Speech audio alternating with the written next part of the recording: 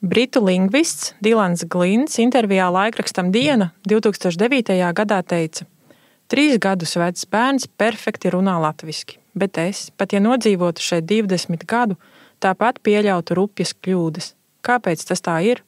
Mēs nezinām. Kā iespējams ar minimālu ievadu informāciju nonākt pie valodas visā tās sarežģītībā un precizitātē? Tas arvien vēl ir noslēpums. Es runāju latviski. Es arī runāju latviski. Daudzi no mums to piedzīvojuši paši vai dzirdējuši no draugiem paziņām, ka mazi bērni valodas uzsūc it kā viegli. Saprotās gramatikas, likumsakarības, iemācās perfektu izrunu. Šodienas raidījumā runāsim, ko tas nozīmē latviešu valodas apguvei ārpus Latvijas, kādas valodas prasmes bērni iegūst agrīnajā vecumā un kāda nozīme ir šim laikam, lai viņi arī turpmāk dzīvē runātu latviski un darītu to labprāt. Mans vārds ir Inga Sindī. Un es esmu Daina Grosa. Šī ir raidieraksta Vārti 2. sērija. Raidījuma pirmajā daļā mēs sarunāsimies ar Inesi no Tbilisī, Gruzijā, un viņas meitu Sofiju, kura auga ar latviešu, gruzīnu, krievu un angļu valodām. Savukārt 2. daļā studijā būs Olga Cara. Olga ir asociētā profesora izglītības socioloģijā Londonas Universitātes koledžā, kas vairāk pazīstama ar saīsinājumu UCL. Viņa ir pētījusi bērnu daudzvalodību un arī pašas bērni aug ārpus Latvijas ar 3 valodām. Vārti. Raidieraksts vecākiem, skolotājiem un katram, kurš rūpējas par latviešu valodas uzturēšanu diasporā. Sofija, pastāsti lūdzu man, ar ko tu runā kādā valodā? Ar mammu es runāju latviski, ar tēti es runāju gruziniski. Un tu vēl arī daudz dzirdi un runā, man liekas, krievu valodā, vai ne? Jā. Arī saproti labi, ja? Jā. Un kā tev pašai liekas, kā tev ir visvieglāk? Man vieglāk ir, man liekas, gruziniski. Jā, jo latviski tu runā tikai ar mammu, vai ir vēl kāds cilvēks, ar ko tev sanāk? Dažreiz arī ar brāli. Un dažreiz latviski un dažreiz savādāk. Kā tu vēl ar brāli sarunājies? Gruziniski. Gruziniski vai latviski. Jums ir arī citi latviešu cilvēki, ar kuriem tu sarunājies skoliņā latviešu? Draugi, kuri te Gruzijā dzīvo, bet latvieši. Kā tev liekas, mamma tev māca latviešu valodu vai ir speciāli mācījusi, vai tu esi vienkārši iemācījusies sarunājoties ar mammu? Pastāst, ko viņa dara ar jums? Kā tu iemācījies latviešu valodu? Vienkārši runājot? Jā. Vienkārši runājot, tev liekas, jā, Sofija? Daudz runājāties ar mammu. Ines, pastāsti. Jā. Ines, kā tev liekas, kas bija tie galvenie balsti, tad, kad bērni bija pavisam mazi, no tā visa kopuma, ko tu darīji, kas darbojās? Pats galvenais, protams, ir pat runāšana. Tas, ka tu vispār runā ar bērnu un runā tikai vienā valodā, latviešu valodā. Un pēc iespējas veicināšana, lai to valodu dzirdētu ne tikai no mammas vai no tā vecāka, kurš runā latviešu valodā. Tas ir komunicēšana pēc iespējas ar citiem latviešiem, gan šeit Gruzijā, gan vedot bērnus uz Latviju. Noteikti liela nozīme ir arī grāmatiņām, vecumam atbilstošām. Agrīnā vecumā mēs ļoti daudz darbojāmies ar dažādām grāmatiņām, kas ir ar attēliem, papildinātas un saucām vārdiņus un skatījāmies bildes, tāpat ejot pastaigās vienkārši saucām priekšmetus latviešu valodā. Pēc tam tētis nākot mājās to pašu darīja gruzīnu valodā, tā kā nodublēja jauno vielu. Bet pēc būtības gribu teikt, ka tas notika ļoti organiski un nekas tāds ļoti īpašs nebija vajadzīgs. Vienkārši tā pati vēlme iekšējā to darīt. Vienkārši runāt, izmantot pieejamos resursus un tā valoda attīstījās. Bet tagad, kad bērni ir paaugušies, aktivitātes ārpus mājas droši vien kļūst vairāk, atskatoties uz tiem pirmajiem gadiem.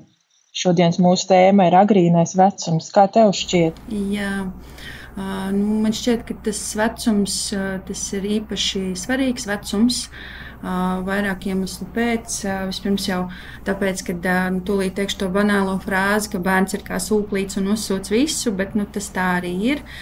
To, ko tu viņam piedāvā, to viņš ņem un mācās fantastiskā ātrumā.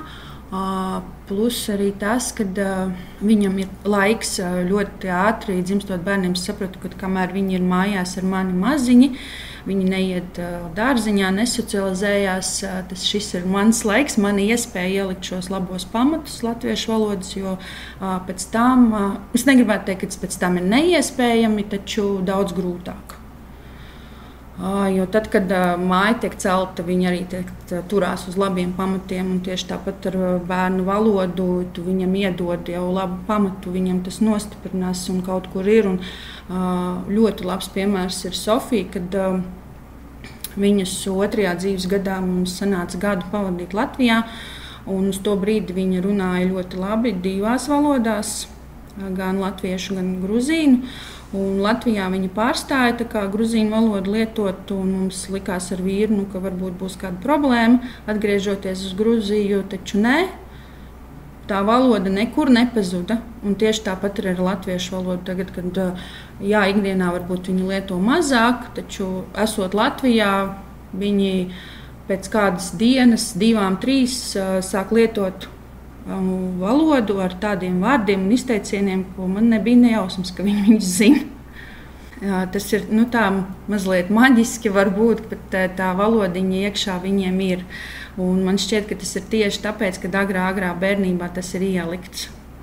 Jo vēlāk, kā jau tu arī teici, sākas bērndārs, pēc tam, kad skola, tad vispār bērniem ir ļoti daudz aktivitātes, arī ārpus skolas, un tā laika gluži vienkārši vairs nav tā apzināti mācīt.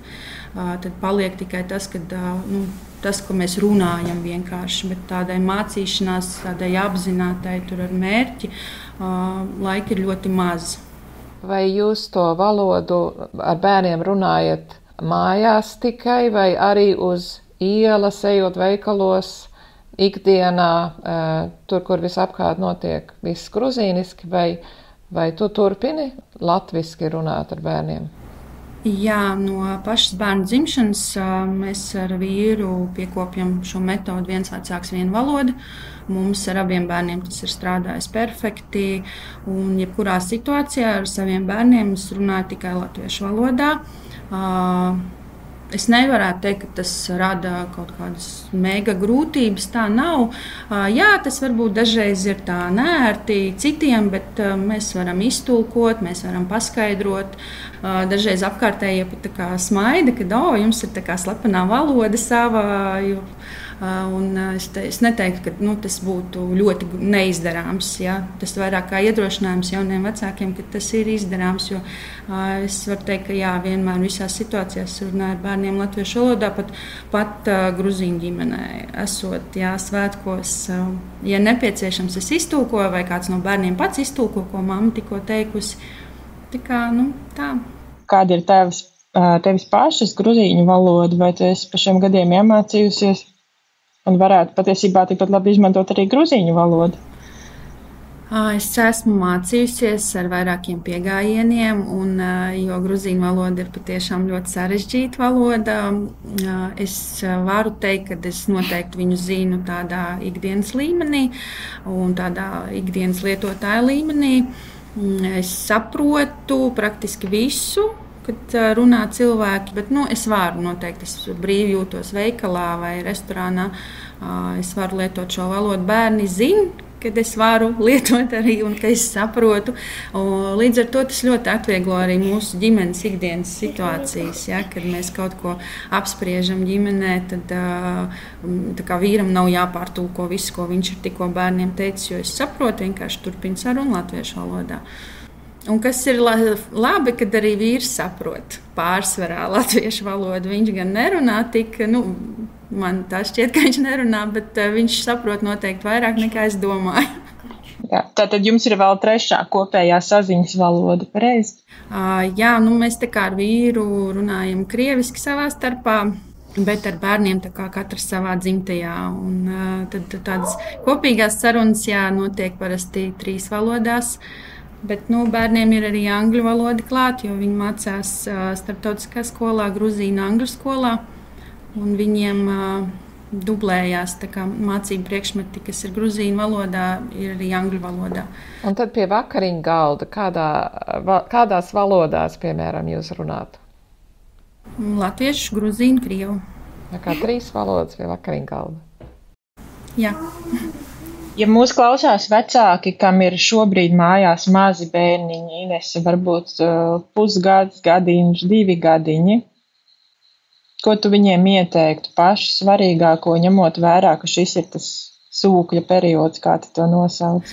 Pats svarīgākais ir runāt, tiešām runāt. Un es gribētu teikt, ka tā metode, kad viens vecāks viena valoda tomēr darbojas ļoti labi un palīdz bērnam sakārtot savā galviņā, ar ko un kā viņam jārunā. Bērni ar to tiek brīnišķīgi galā. Un tas nerada tādu miksli tam bērnam, un tad arī nav šīs valodas aizturs, kad tur bērni sāk vēlāk runāt, jo tad viņiem ir skaidrs, ar ko un kā viņi runā. Un pati svarīgākā, protams, ir tā runāšana, un es ļoti gribētu ieteikt vecākiem nebaidīties, un tas varbūt ir biedējoši un šķiet, ka grūts un neiespējams ceļš, sevišķi, ja ir jaukta ģimene, bet tas tā nav. Un es neesmu vienīgais piemērs noteikti, kad vienkārši runāt, un tas notiks organiski. Pēc iespējas izmantot iespējas būt Latvijā vai būt vidē, kur runā vēl latviešu valodā, kā diasporas, kā biedrības nodibinājumi, skoliņas, apmeklēt pēc iespējas būt, jo tad arī bērns dzird to valodu, viņš vienkārši viņam fonā klausīties dziesmiņas agrīnā vecumā. Tā vispār ir atsevišķa maģija, ko dara dziesmiņas. Skatīties bērnu raidījumus latviešu valodā, un viņi kļūst arvien vairāk un saturīgāki. Tas viss ļoti, ļoti palīdz. Un tad, kad bērns nāk lielāks, tad arī viņam skaidrot, tā kā jau, kad viņš var saprast to, kāda ir tā situācija ģimenē, kad sākas skola, tad palīdzēt viņam paskaidrot, kāpēc mēs to darām, kāpēc pārunāt to reizi pa reizē, kāpēc ir forši, ka mēs tomēr zinām latviešu valodu, kad redzi, tu aizbrauc uz Latviju, tu visu saproti. Tu jūties šeit kā savējais, tu vari runāt ar latviešu ģimeni. Es atceros, bija ļoti spilgti palicis atmiņā. Sofijai bija kādi 3 gadi, un mēs atbraucām uz Latviju, iegājām Rīmī veikalā, un viņai tāds apjukums acīs, un viņa saka, mamma, te visi runā latviski. Es saku, jā, meitiņ, mēs esam Latvijā, un man tāds iekšā, yes, viņa saprot. Sofija, jūs šovasar arī brauksiet uz Latviju? Jā, mēs pēc 4 dienām. Un ko tu visvairāk gaidi? Vai par ko tu priecājies, ko tu Latvijā darīsi? Es ļoti gribu savus radiniekus satikt. Krustmātei. Krustmāte, krustās, brālēni. Jā. Draugi. Suns. Ļoti jauki. Paldies jums, Inese, par sarunu šodien. Paldies tev, ka uzaicināji. Vārti – raidieraksts par latviešu valodu diasporā. Mēs šodien runājam ar Olgu Caru par tēmatu agrīnais vecums un valodas apguve. Labdien, Olga! Labdien! Labdien! Un mēs pat noklausījāmies interviju ar ģimeni Gruzijā. Varbūt Olgai uzreiz jau būtu komentāri par šo interviju. Kādas tavas domas ir par teikto?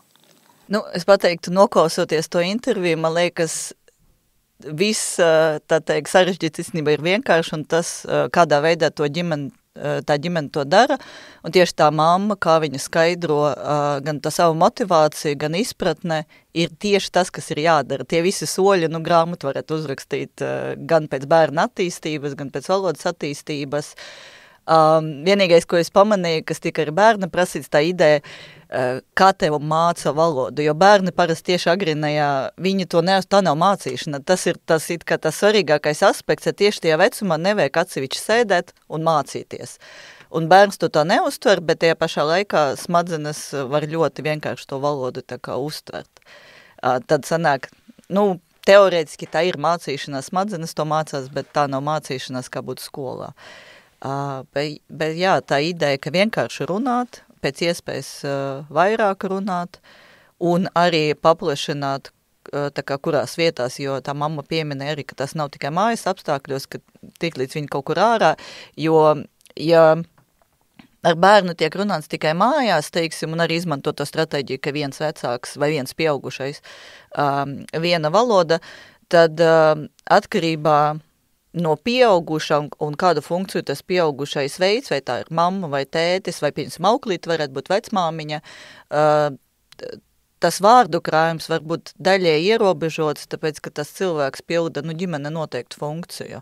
Bet tā kā tā mamma izskaidroja, tas bija arī ļoti tāds labs paņēmiens, ka nav tikai mājās, mamma runā, par ko mēs mājās runājam, bet ka izejot ārā, vienkārši rādot kaut kādus priekšmetus, visu. Tas man liekas ļoti tā svarīgi, ka nav tikai runāt, bet vienkārši apzināties pēc iespējas dažādākās situācijās runāt.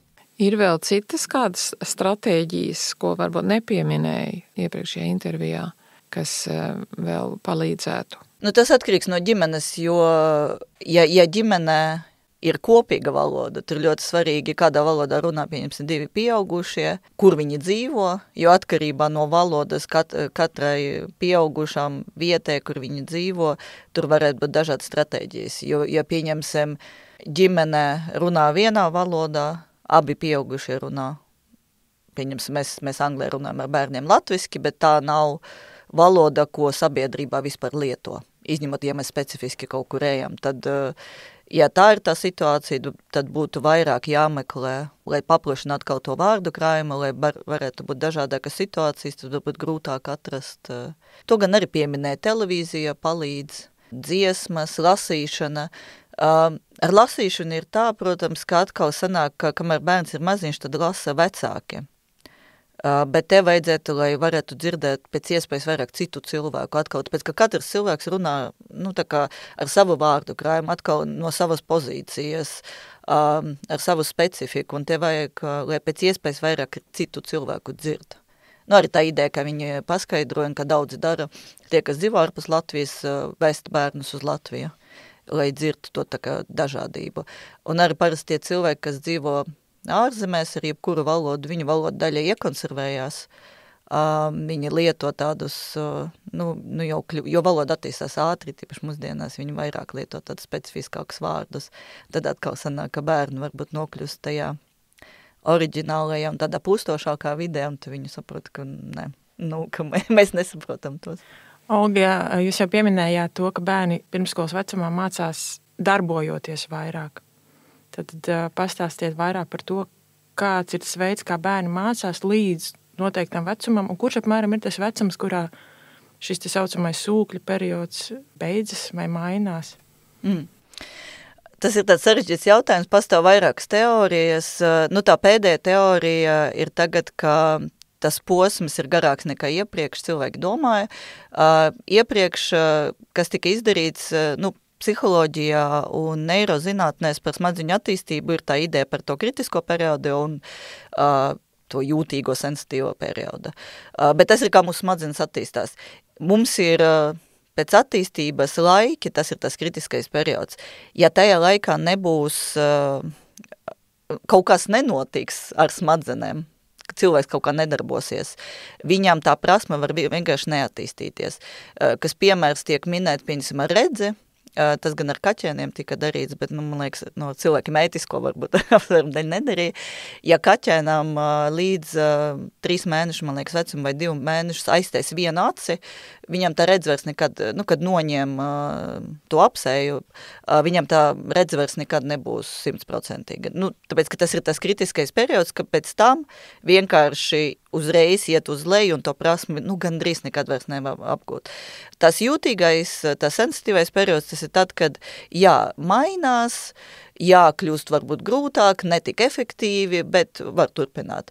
Un tagad ar valodu tiek uzskatīts arī gan tas attiecās uz to, tā kā, pat ja cilvēks runā vienā valodā, tā ideja par tiem bērniem, kas izaug vispār bez cilvēkiem, arī tika domāts, ja viņi, pieņemsim, līdz pubertātei parasti tika uzskatīts, ja viņiem nav valoda apkārt, viņi pēc tam viņu neiemācās. Bet tagad uz vairākiem piemēriem tiek parādīts, varbūt tā valoda nebūs nekad tik plūstoša, būs kaut kādi tā kā pārtraukumi tajā, varbūt gramatikā vēl kaut kur, bet var iemācīties.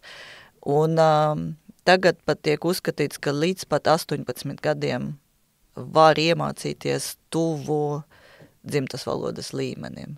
Bet vislabākais ir līdz tai pubertātei, bet man liekas, tu nāk ne tikai smadzenes, tā kā attīstība, bet arī tajā intervijā, kur tā mamma runāja, tā ideja par tā kā identitāti un kur tu piedari, jo ar pubertāti visi bērni grib atdalīties. Tas ir viņu uzdevums atdalīties no tiem vecākiem un būt ne tādi kā vecākie.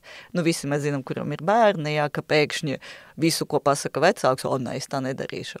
Un ar valodu jau notiek tas pats, agrīni bērns pat neiedomās, viņš vienkārši mamma runā tajā valodā, mēs runāsim tajā, jo tā ir mana mamma, es gribu, vai tēvs, vai jebkurš pieaugušais. Es gribu ar viņu būt kopā. Bet tajā pubertātē jau sākās tas, ka pat ja bērni runā tajā otrajā valodā, viņi sāk daļai kaunēties dažreiz. Tas notiek, ka, pieņemsim, tie vecāki, arī, ka tika minēts, ka ir citi apkārt, vecāki turpinīt, kā runāt tajā latviešu vai jebkurā valodā, un bērni pēkšņi saka atbildēt tajā sabiedrības valodā vai draugu valodā. Tad sanāk gan tas sociālais, gan smadzenes jau sāk uztvert lietas savādāk, jau vairāk tie celiņi ir iestaigāti un grūtāk iezīmēt jaunus. Vienīgais, kas vēl ir, ja mēs runājam, protams, par smadziņu attīstību, bērns, tas ir līdz 9 mēnešu vecumam, bērni var atšķirt jebkuras skaņas. Ja mēs runājam par fonoloģiju, katrai valoda ir tā fonētiska, kā arī tas daļēji tā izruna, tas akcents, kā viņš latviešu saucās, tas veidojās. Tas ir līdz 9 mēnešu vecumam. Bērni atšķir jebkuru, adoptē kur bērnus, viņi jebkurā valodā runās pilnīgi, viņi dzird to atšķirību, tas ir uz dzirdes, un viņi var to atveidot. Bet vēlāk tas varbūt nav tik svarīgi. Ja turpinot par to akcentu, līdz kuram vecumam tad var apgūt to akcentu un neatšķiras, teiksim, tā valoda no tās dzimtās valodas akcentu? Mēs atkal jārunā par vidējo cilvēku. Ir cilvēki, kas jebkurā vecumā var apgūt bez akcenta. Mēs zinām, aktieri vairāki, tur ir speciāli var satrenēt sevi. Var satrenēt, protams, jābūt predispozīcijai, ka tu to vari.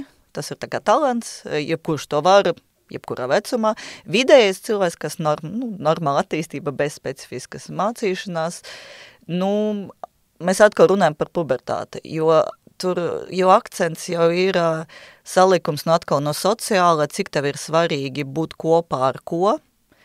Arī, protams, ir spoguļu neironi, kas palīdz runāt tā kā tas, kas runā ar tevi. Pieņemsim, man bērni, viņam ir britu angļu valoda, bet ja mēs esam Amerikā, viņam drusku, viņam automātiski to cilvēku, man liekas, bieži vien nekontrolē, viņam tā kā uz amerikāņu viņus tā kā pavalk. Bet principā, 10, 11, tas kā kuram, ja ļoti strādā, atkal, 18 gadi arī var, un 25. Mēs runājam arī par tādu vecumu vispār priekš jebkuras mācīšanās, kā ap 25, un jau grūtāk kļūst apgūt jebko, tāpēc, ka priekšējiem, man liekas, tā ir garoza, kas jau nostabilizējas mums pa labu, ja mēs kontrolējam vairāk, bet līdz ar to, tāpēc, ka mēs kontrolējam vairāk sevi, mēs vairs nevaram dabīgi neko darīt. Mūsu smadzenes uzreiz tad iziet cauri kontrolas funkcijai, un tas bremzē. Un tad arī sanāk, kad, zinām, ar to pubertātes vecumu mums valoda ir jāmācās analītiski, nevis intuitīvi, tas tā pareizi. Tur ir vairāk sajaukums, jo es tagad domāju par bērniem, kas, pieņemsim, kaut kādu tieši to 10-11 gadu vecumā atbrauc uz citu valsti, citu izglītības sistēmu, viņi vēl var mācīties, viņi bieži vien nemācās joprojām analītiski. Un tā, ka viņi nesēž un gramatikas uzdevums nepilda. Un joprojām, ja viņi to dara, viņiem tas iet grūtāk bezmaz vai nekā tas intuitīvais, nu, kas būtu vienkārši, ka ar viņiem runā. Pēdējais ar īstenībā valodu tieši apmācību, jebkuram pieaugušam cilvēkam ir svešu valodu, pēdējais ir tas, ka visi, kas mācās tikai gramatiku, nemaz nekad neiemācīsies labi to valodu, jo mēs nerunājam, neviena sabiedrība nerunā pareizi gramatiski. Valoda ir situatīva, nu tā, ka dažādos kontekstos cilvēki runā dažādi. Un kamēr tu nerunā, vairāk tā kā intuitīvi nemācies, nu, kaut kādas frāzes, ko izmanto un, principā, nedzīvotajā sabiedrībā, nekad nevar iemācīties analitiski. Jā, mēs mēģinām, bet tur ir tā problēma, tāpēc arī daļai mums priekšējā garoza saka visu darīt analitiski, jo mēs savādāk nevaram. Nu, es saku, tas ir mums pa labu, ka mēs nobriestam līdz tam. Tajā pašā laikā valodu caur analitisko nevar iemācīties. Nu, ja grib viņu lietot, ja grib dzīvot tajā sabiedrībā, jo tas sanāktu tā, ka tu katru reizi tā kā apstājies. Nu, es pieņemsim, es pati runāju angliski, joprojām ar kļūdām, latviski arī dažreiz man ir, nu, kaut kas ieslēdzās, ka kaut ko aizmirstu, kaut ko izrunāt nevaru. Bet ja man būtu katru reizi tas jāizraiž cauri tai priekšējai garozai, es nevarētu, nu, sociāli funkcionēt. Tā kā saruna, nu, viņa būtu visu laiku pārtraukta. Kamēr domā un mēģina jā, kamēr domā, izsmadziņot. tad liekas arī tā, ja pieņemsim zemāka pašapziņa, tad liekas, es kļūdos, labāk nerunāšu, tad tā saruna vai nu nenotiktu, vai nu notiktu ļoti dīvaini, ka, nu, tas principā nav iespējams, jā. Inese pieminēja arī to mītu, ko mēs dažreiz dzirdam no vecākiem, ka bērni, iespējams, tie, kas aug ar vairākām valodām vienlaikus, vēlāk sāks runāt. Viņi saka, ka tā tas nav, jo viņi konsekventi runā kāds savā valodā, abi divi. Kāds komentārs par šo te mītu, vai tam ir kāds pamats vispār? Nu, viens tas, ka jebkurš bērns, kaut vai viņam ir viena valoda, mēs nekad nezinām precīzi, kad viņš sāks runāt. Viens bērns var sākt runāt, nu, 8-9 mēneši, nu, reti, kad ātrāk, jo savukārt, pat ja viņi runā, tā nav valoda. Cits var sākt runāt, nu, atkal mēs runājam par tiem tā kā kritiskiem, jūtīgiem periodiem, nu, varbūt, nu, kād varētu sākt uztraukties, nu, 2,5 kaut kādi, nu, pat 3 gados arī, ja bērns sāk runāt, pat ar vienu valodu, nu, tas skaitās tajā, jebkura bērna attīstība ir spektrs. Viens bērns sāk to darīt ātrāk, viens vēlāk jāskatās. Dažreiz, nu, ja ir vairākas valodas, ka tas bērns, nu, kā tā jau nav kliniskā diagnoze, tos bērnus neved pie ārsta un tā kā nepārbauda. Vienkārši to vecāki dažreiz novēro. Vecāks ir, ja viņš ir vienas valodas nesējis, viņam arī grūti izvērtēt, nu, kā viņš var zināt, ka bērns vēlāk runā. Jautājums, kādā valodā. Varbūt viņam dominanta ir cita valoda, un tajā viņš zina. Citi bērni, kamēr smadzenēs visu saliek, nu, viņam vienkārši nenāk ārā, bet smadzenēs ir, to mēs neredzam. Neviens rentgens ar to nevar parādīt, kas smadzenēs notiek. Tāpēc ir tas mīts, tas ir uztraukums. Nu, ja jebkurš vecāks uztraucas, vai bērns attīstās pareizi, attīstība bērne ir ļoti elastīga, ļoti tāda, nu, neprecīza lieta, bet katrs vecāks grib, lai tas bērns ir uz tās līnijas un katru tur, ko nu kuram vajag. Bet nē, tā nav. Un nav arī tā, ka tas vēl viens mīts, ka tad vairāk iespēja, ka attīstīsies kaut kādas valodas problēmas. Nu, negluži varbūt disleksijas, bet, nu, kaut kas nebūs vēlāk arī kārtībā. Vai ka viņi nezinās kaut kādu priekšmetu, tāpēc, ka viņiem, pieņemsim, 2 valodas, un tur skolā jāmācās. Tas visi pētījumi rāda īstenībā, ka tieši otrādi daudzvalodība nes tik daudz priekšrocību, kas atkal saistās tieši ar tos priekšējais garozas attīstību, jo, lai kontrolētu visu un lai mācītos, tā attīstība ir ļoti svarīga. Kad cilvēkam ir 2 valodas, tas tā kā ietu uz trenažieru zāli un to priekšējā garozu visu laiku trenētu, jo no sākuma varbūt smadzenes to dara tā kā vairāk enerģijas, tāpēc varbūt bērni varbūt sāk vēlāk runāt, tāpēc, ka vairāk enerģijas aiziet tajā aizturē. Nu, tagad es, piemēram, ar jums runāju, nu, man ir 3 valodas galvā, un man smadzenes, nu, tagad jau automātiski, bet viņam visu laiku jāapzinās, kāda ir situācija, kura no valodu man jāizvēlās. Ja es esmu nogurusi, man parādās jebkurā valodā vārdi no citas, jo tad tā priekšējā garos man tā kā, saka, ne, viss pietiek. Bet tāpēc, ka tas tiks atrenēts, jebkura cita situācija, tur jau tas pats efekts, ka smadzenes tik efektīvi var pārslēgt un kontrolēt, kas notiek. Tāpēc citas valodas var ātrāk iemācīties. Pēdējie pētījumi parāda, ka pat Alzheimera un demence, atkal tāpēc, ka satrenētas smadzenes arī tā kā vēlāk var sākties, ka tas palīdz.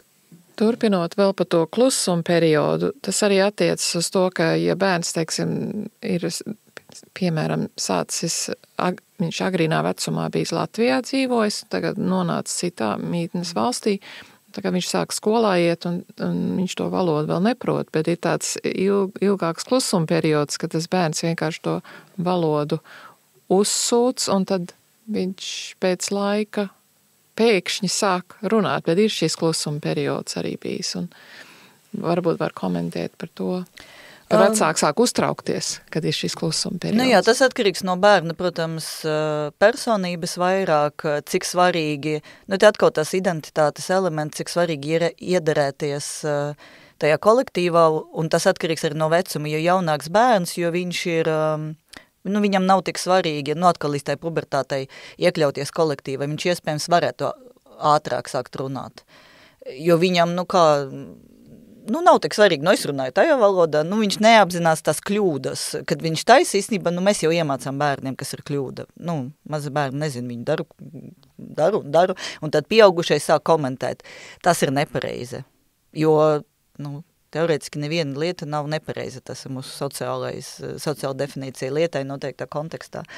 Un, protams, visi bērni iemācās to, kā sabiedrības locekļi, un viņi attiecina to uz valodu. Līdz ar to, jo vecāks bērns, jo iespējams gan tas klusuma, un īpaši, ja viņš vēl tāds kautrīgāks un viņam svarīgāks tas citu viedoklis, un vēl tas vecums pieņemsim, tad, jā, tas klusuma periods būs, kamēr viņš, tas bērns nejūtīsies droši, ka runājot tajā citā valodā viņš tiks pieņemts. Nebūs kaut kāda smiešanās, atkarīgs no konteksta, protams, kaut kādās skolās noteiktās, kur ir ļoti daudz tādu bērnu, atkal tu neizcelies ne ar ko, vienkārši, tu esi tāpat kā visi tur runā. Starptautiskajās skolās pieņemsim, dažreiz tā ir. Ja nav pārsvaras kaut kādas noteiktas grupas. Bet, jā, par to, man liekas, nevajadzētu uztraukties.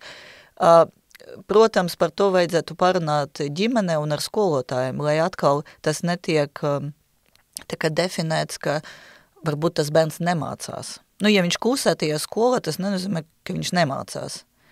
Viņš uztver visu, viņš mācās, viņš arī varbūt sociāli piedalās, vienkārši tā valoda nav tāda.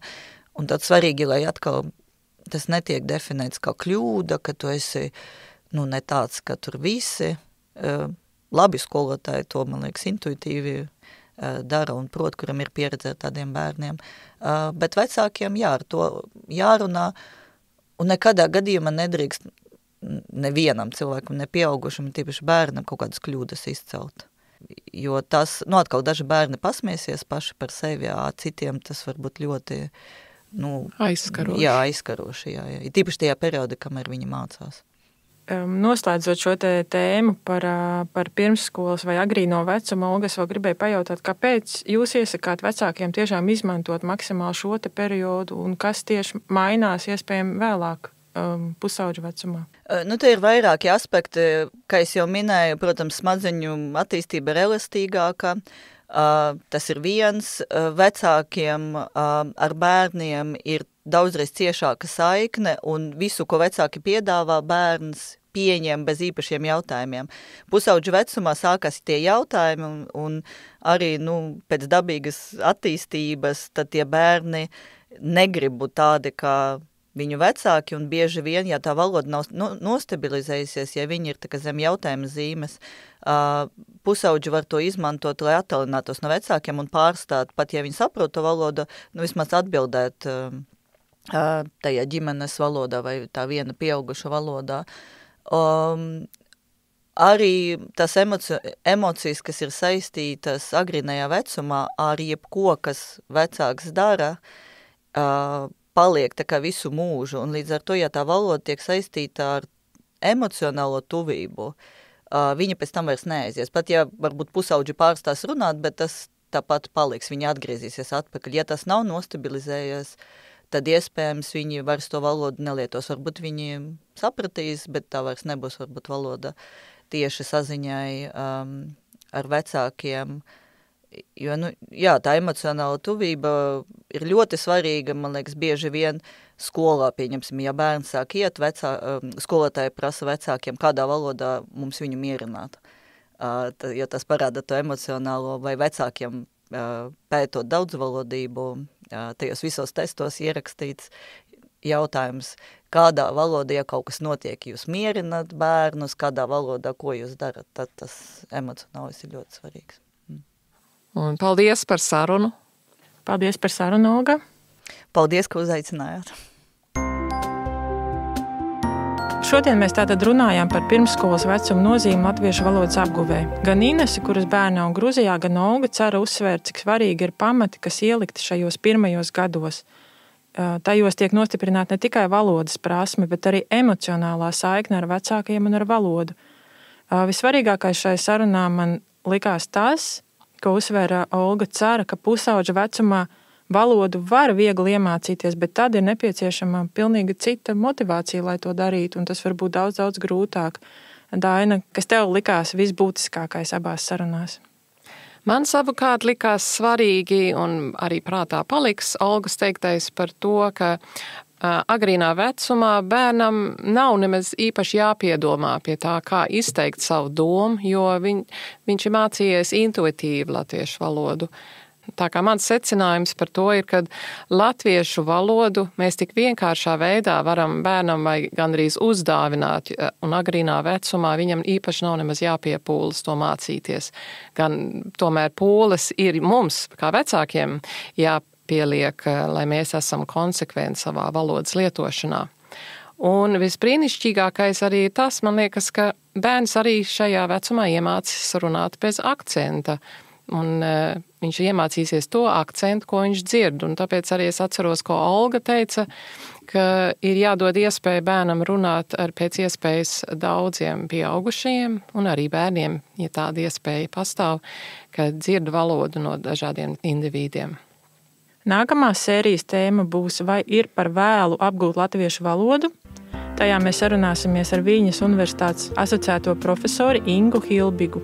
Viņa pastāstīs par situācijām, kad bērnu agrīnajā vecumā neizdodas savu valodu iemācīt, vai bērni tajā runā negribīgi un aizvien mazāk. Jautāsim, vai šo situāciju var mainīt, ko vecākiem darīt un kā reaģēt. Tāpat arī mēs uzklausīsim kādas Austrālijas latviešu ģimenes pieredzi. Vārti. Raidieraksts par latviešu valodu diasporā. Par finansiālu atbalstu raidieraksta tapšanai mēs pateicamies Latviešu valodas aģentūrai un Amerikas Latviešu apvienībai. Ja vēlaties, lai raidieraksts turpinātos, varat atbalstīt biedrību ar ziedojumu. Sīkāka informācija ir pieejama raidieraksta aprakstā.